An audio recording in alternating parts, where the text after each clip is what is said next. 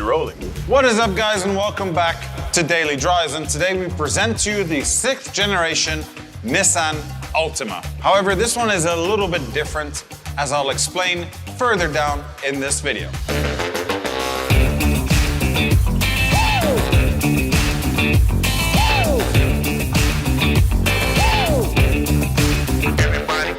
So right off the bat, the Altima has been with us since 1993. So it's not that old of a car. However, it has produced millions and millions of copies of this car. And it's also contributed around 20% to Nissan's overall car sales. Furthermore, the Altima was also the stepping stone when it came to Nissan new, call it rebrand. They improved the styling, they improved the technology, they improved the performance, and they adapted from this car into their entire model lineup.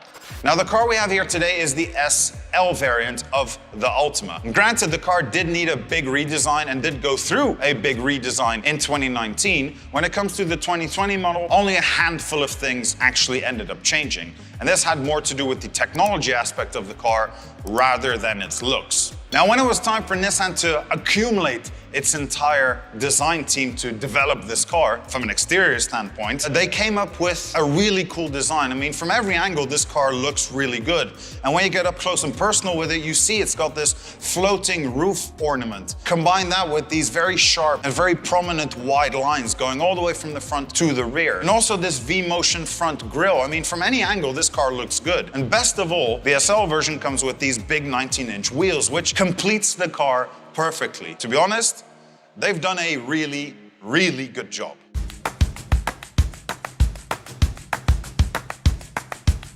Now, when it comes to the interior of the Altima, I mean, that was where a lot of the change also had to be made. I mean, exterior is one thing, interior is, if not anything, more important. And they've done a really good job. They've made everything extremely user-friendly. All the buttons and everything you touch and feel feels very well put together. And then you're also greeted with this, what they call zero gravity seats, which make you feel like you're not really sitting, but you are sitting. Now, not to make it sound funny, the interior materials in this car are extremely good. I mean, granted, it's not real wood, it's emulated, and this is definitely not real carbon fiber, but as I said before, the seats are really comfortable, but the materials used are also extremely soft. And then you've got this big center console, which holds your arm and positions it perfectly to the driving position that you're in. And it all feels really good. Now, when it comes to the back, there is no compromise, because it is, if anything, just as comfortable to sit here than it is there. I mean, you've got a very nice supporting armrest. You've got AC vents, you've got USB-C and USB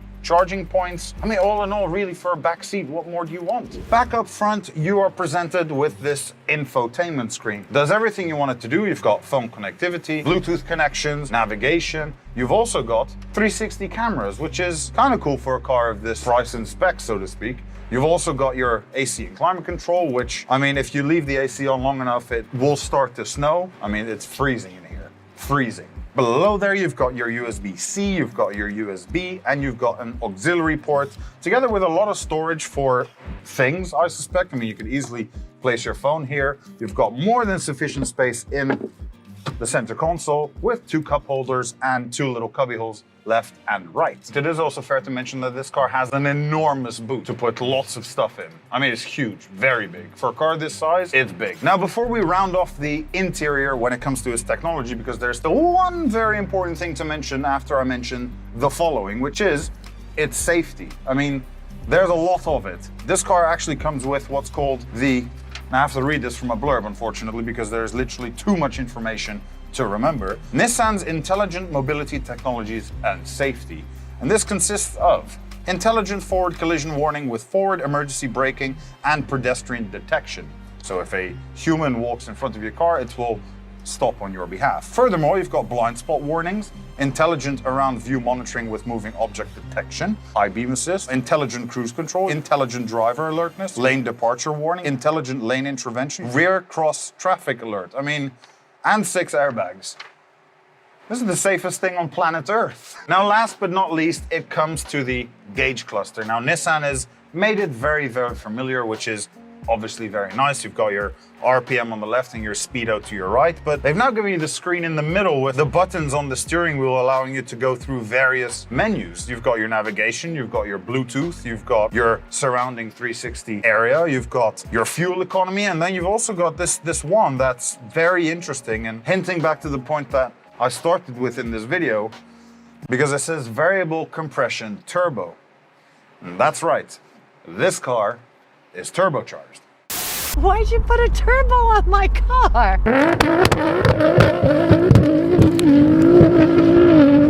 And that brings me to the highlight of this car. The Altima SL comes with the 2-liter, 4-cylinder, variable compression turbo engine. A world's first, in fact. I mean, it is a very impressive tool. With respect to its previous brother, the 2.5 dual overhead cam setup, this car now produces around 248 horsepower, combined with 273 foot-pounds of torque. I mean, that's a lot of power compared to its 188 horsepower sibling. So the reason why this is actually kind of interesting is because Nissan technicians have managed to kill 2 birds with 1 stone. They've managed to create a multi-link system to deal with the compression of the engine, giving it a 8:1 ratio or a 14:1, i.e. equaling to power and economy. So depending on how the driver is driving the car, it will control the power output somehow. And that means actually quite simply, they've created a car that produces V6 power and retaining the economy from a little 4-cylinder engine. Now to harness all this power, they've transferred all this through an 8-speed Xtronic CVT gearbox. Now I know the CVT gearbox isn't the most loved gearbox out of them all, but in terms of power delivery in this car with the flappy paddle gearbox, it does it pretty well. Now I know this tech talk might sound a bit boring. However, the real way to put all of this to the test is to take it out for a drive. And for that, I have my trusty co-host, Osama, who will explain to you more about this car.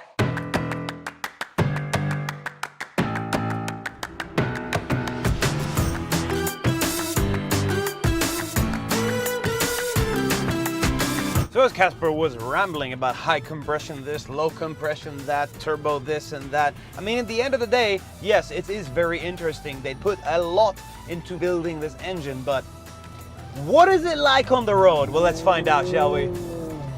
I remember getting into this car the first day that we got it and like, oh man, it's just I mean, this is gonna be really difficult to talk about. The Altima has always been a good car, but no, I mean, I put my foot down just like I'm doing now. Where is this power coming from? Nobody knows. Whoa!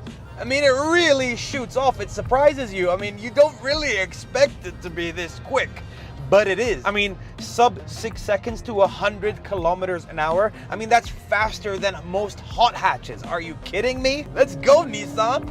I mean, you would be forgiven if you drive this thing too fast and you think it handles better than it does. Because the speed is literally exhilarating. You just want more and more of it. It sounds kind of good. I mean, it's loud inside. Yes, that's good. It's loud outside. But outside, it just looks very dignified. It doesn't look like a sports car. There's nothing that would tell you that this thing is fast. I'm really confused. So when you sit down in this car, it's very comfortable. Everything you touch is soft. Yes, there are hard plastics inside the car, but let's be honest, you don't really see them because they're nicely covered, and you kind of expect that in this price point. But they don't bother me because I haven't paid much for this car. I'm assuming I'm you. The air conditioning is very cold in here. It's freezing. I'm literally shaking. But I mean, in a country like this, or in the Middle East, where a good portion of the year it's around 50 degrees in the sun, and you have a dark color like this, you kind of need that. Also, I mean, the steering wheel is very nice to touch. And on the steering wheel, you feel around and you're like, wait, are those paddle shifters? My confusion was, I called the marketing guy who explained us some things about this car, which was very interesting. And he said that, yes, those are paddle shifters. I was like, well, isn't this a CVT? He's like, yes, it's an Xtronic CVT. Meaning, it simulates gears. Which is very odd, because you don't expect it from a CVT. I had to double check a couple of times to make sure, is it a CVT? Yes, it is a CVT. And when you accelerate without using the paddle shifters, it does what the CVT does. It sits at the top range of the RPM, at peak power all the time. So you're not getting any transmission loss, or you're getting less transmission loss. And it's very weird, but I kind of like it. I don't know why. I'm confused as well, but it's really enjoyable to drive. And I like this kind of approach. You know, the car's understated on the outside. It doesn't have anything that says sport this, or, you know, something that, or, you know, there's no Nismo or anything like that. This is an economy car. You buy it, let's go racing. That's it.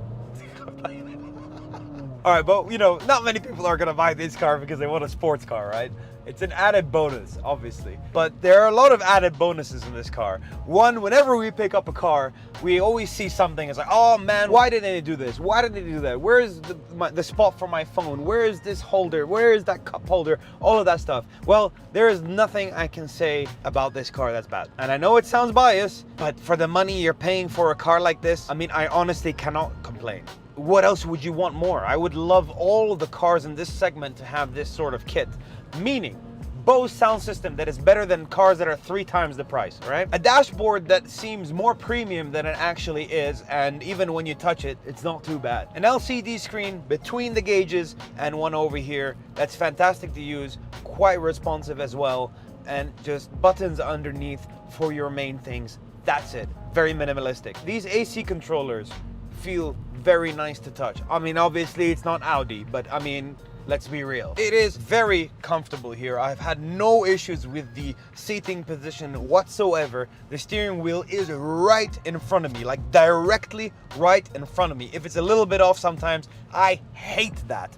I don't really talk about it because it's me nitpicking, but I have to point out that this one is very nice. Flat bottom steering wheel, well, why not? Make it easier on the bigger boys. All the controls I need to control the radio, everything on the steering wheel. Done. Sunroof, you got it, bro. Everything you need is in this car. That's it. Go A to B as quickly as possible within the speed limit. And when you don't want to go as fast, well, slow down and save on fuel, because the fuel economy is outrageous compared to the performance it gives you, compared to the price you're paying. I cannot fault it. I cannot say anything wrong about this car. I can't.